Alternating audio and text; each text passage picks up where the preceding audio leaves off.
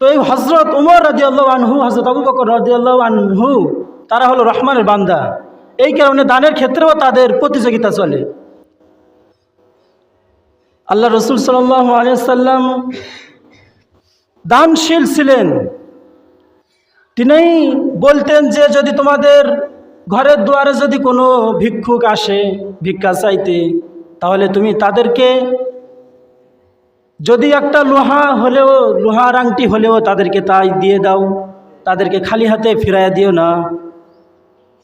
অর্থাৎ একটা লোহার আংটি হলেও তাদেরকে দাও, তাদেরকে ফিরাইয়া দিও না। আল্লাহ রসুল সাল্লাল্লাহু আলাইহি ওয়াসাল্লামের কাছে একটা জামা ছিল, একটা ছিঁড়া জামা। আল্লাহ রসুল সাল্লাল্লাহু আলাইহি ওয়াসাল্লাম তালি দিয়ে সেই জামাটা পরে থাকতেন। তো এক ভিক্ষুক এসে আল্লাহ রসুলের কাছে জামা চাইলেন। তো আল্লাহ রসুল সাল্লাল্লাহু আলাইহি ওয়াসাল্লাম তো দয়ালু মানুষ। আল্লাহ রসুল সাল্লাল্লাহু আলাইহি ওয়াসাল্লাম ভাবলেন যে এই ভিখারি হয়তো আমার থেকে অনেক দুঃখে রয়েছে। আল্লাহ রসুল সাল্লাল্লাহু আলাইহি ওয়াসাল্লাম নিজের জামাটা খুলে তাকে দিয়ে দিলেন। তো এই আল্লাহ রসুল সাল্লাল্লাহু আলাইহি ওয়াসাল্লামের সোহবতের সাহাবী যারা রয়েছেন, তাদের দান এবার কেমন?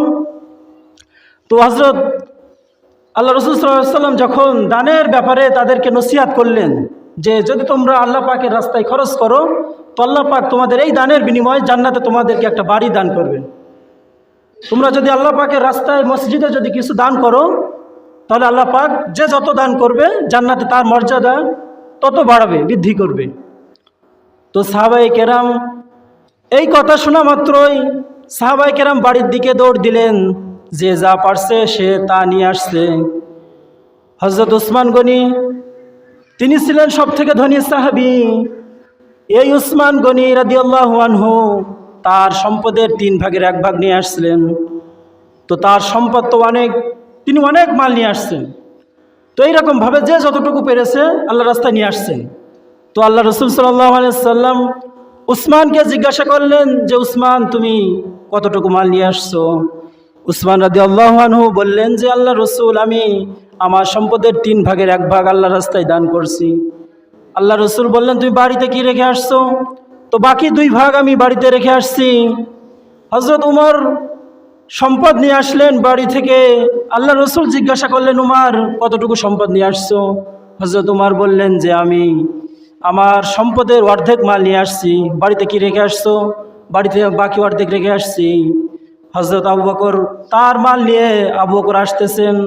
হযরত উমর তো আবু বকরের দিকে তাকাইয়ে হযরত উমর মিসকি হাসছেন যে আবু বকরকে কোনো সময় নেকির কাজে তাকে হারাইতে পারি না। আজকে আবু বকরের পুতলা সেটা হলো ছোট, আর আমার পুতলাটা হলো আবু বকরের থেকে অনেক বড়। এইটা চিন্তা করে হযরত ওমর মিসকে হাসতেন যে আবু বকরের থেকে আজকে আমি দানে বড় হয়ে যাব। এই একটা নেকি অন্তত আবু বকরের থেকে আমি বেশি আদায় করব, অর্জন করব। তো ওমর মিসকে হাসছেন। আবু বকর তার মালের পুতলাটা এনে আল্লাহ রসুলকে দিলেন। দিয়ে আল্লাহ রসুলকে বলতেছেন যে ইয়া রাসূলুল্লাহ, আমার বাড়িতে যত মাল ছিল আমি সমস্ত মাল আল্লাহর রাস্তায় দান করে দিলাম।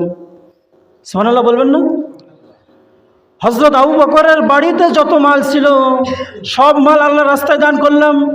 আল্লাহ রসুল সাল্লাল্লাহু আলাইহি ওয়াসাল্লাম আবু বকরকে জিজ্ঞাসা করলেন, আবু বকর, তুমি বাড়িতে কি রেখে আসছো? তোমার সম্পদ যে সব দান করে দিতেছো, বাড়িতে কি রাখছো? তো হযরত আবু বকর বললেন যে আমি বাড়িতে আল্লাহ এবং আল্লাহ রসুলের মহব্বত রেখে আসছি, আল্লাহ রসুলের ভালোবাসা রেখে আসছি।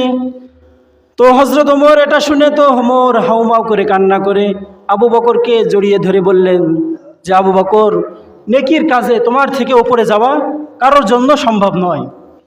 অর্থাৎ আবু বকরের সম্পদ ছিল অল্প, কিন্তু তার মনটা ছিল অনেক ভালো, তার মনটা ছিল ইখলাস।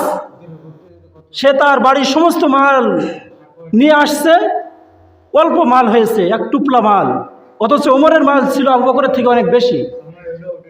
তো আবু বকরের থেকে বেশি হওয়ার কারণে, আবু বকরের ইখলাস থাকার কারণে আবু বকরের দাম বেশি হয়ে গেছে, আবু বকরের সওয়াব বেশি হয়ে গেছে। তো এইরকমভাবে আমাদের দানের ক্ষেত্রে ইখলাস রাখতে হবে। যদি আমাদের ইখলাস না থাকে তো ওই দানের ভিতরে কোনো সওয়াব আমরা অর্জন করতে পারবো না।